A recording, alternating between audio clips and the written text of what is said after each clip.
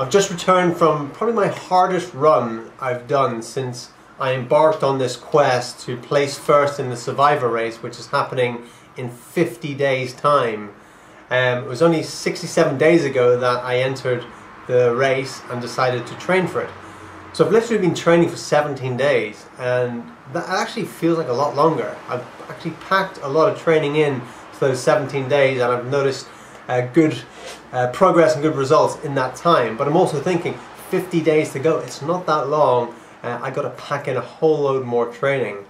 But this evening anyway, I didn't feel like going out on the run, but I went out anyway, and from the very start, it felt like I was just going against the current. Everything wasn't working. I felt like, no, my body just didn't feel like I wanted to do it.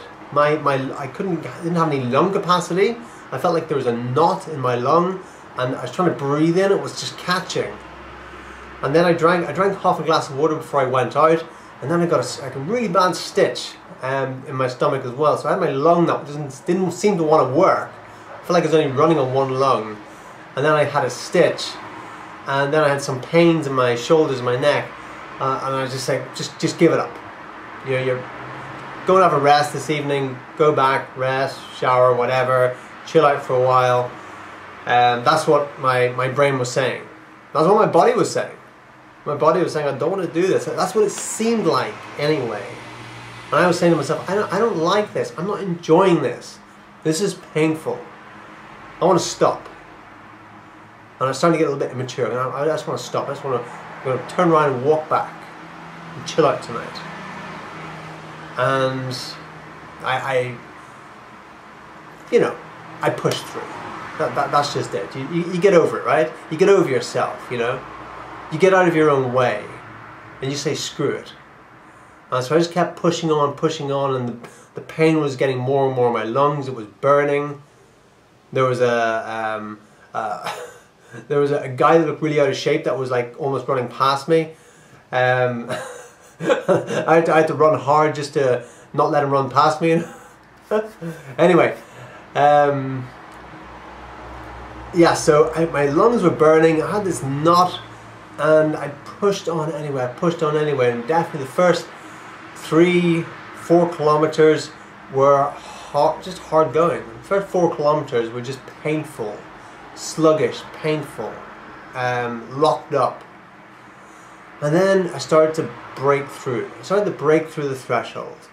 My strides started to open up. Bop, bop. My lungs started to expand more. I seemed to blow out that cobweb that was in my lung. I see it like blowing out cobwebs. You blow the cobwebs out, right? And the stitch eventually went away. And then as I go, okay, I felt like I broke through a threshold then.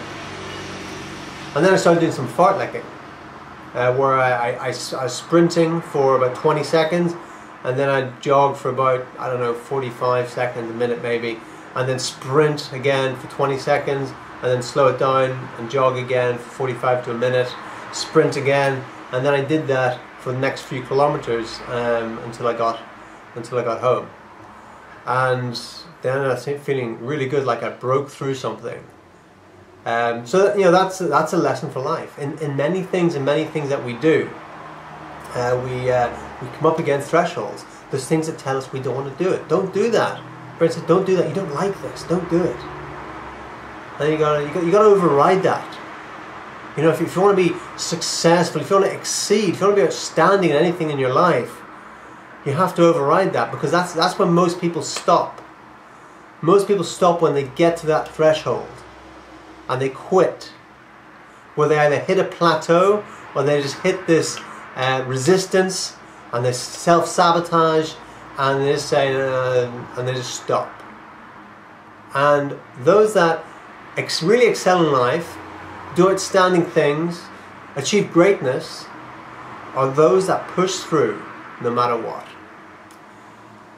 And so I'm feeling pretty good now. I'm feeling like I've broken through something. I broke through a threshold there this evening, yeah, after only 17 days of training, you know, quite often after about 21 days or something, you break through a threshold, right? And I was feeling like, oh, I've been doing this for weeks and weeks, and then I counted the days, like, I've only been training for this for 17 days. Wow. And I've got another 50 to go. Yeah. So this next week, next couple of days after the 3-week point, I'm definitely going to start pushing it more. I'm going to up my training from before. I've just been doing flat runs, either a 20-minute sort of faster run or a 40 to 50-minute slower run. That's what I've been doing pretty much every day. And then I've also been doing a couple of days a week circuits, like high intensity interval sort of training circuits, and then apart from that, my martial arts training, but that's not too taxing really. And so what I'm going to do these next few weeks is I'm going to do some more fartlekking, get my speed up, and then I'm also going to find a track. I'm sure there's a running track around my town somewhere. Find a 400-meter running track and start doing timing myself, running the 400 meters, take a rest, run another 400 meters, take a rest, do that about 6 times, and start to increase my speed and blow the lungs up a bit more. And then I'm going to hit the hills as well and start running up the hills, up to the lighthouse, and do some things like that. So that's what's coming. I have to up the level next week. Once you break through a threshold, then you up the level, right? And so that's the plan. So maybe you can take away something from what I just said and apply it to something in your life. I don't know.